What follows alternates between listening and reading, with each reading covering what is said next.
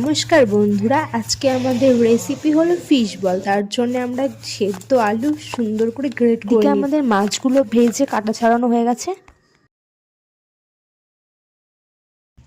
এইদিকে কড়াইতে একটু সামান্য তেল দিলাম, এরপরে দিয়ে দিলাম রসুন কুচি, অল্প লঙ্কা কুচি।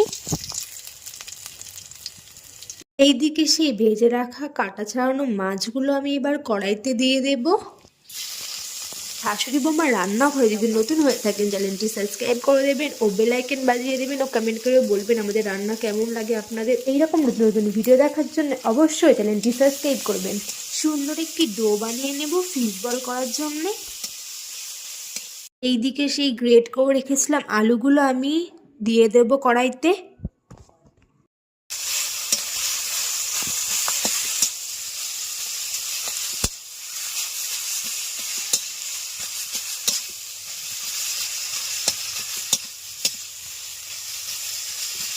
জিরের গুঁড়ো,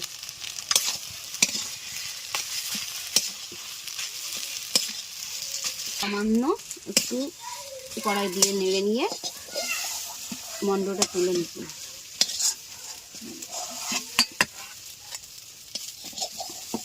এবার আমরা এইটি ঠান্ডা করে নেব। 2 মিনিটের জন্য ঠান্ডা করতে দিলাম। তেল গরম করে একটু আদা আর লঙ্কা বাটা কড়াইতে নিয়ে নিই। আদা আর লঙ্কা বাটা কাঁচা গন্ধটা যাওয়া পর সেই আলু ও মাছের মধ্যে একটু লঙ্কার গুঁড়ো, ঝাল হওয়ার জন্য একটু সামান্য লঙ্কার গুঁড়ো দিলাম।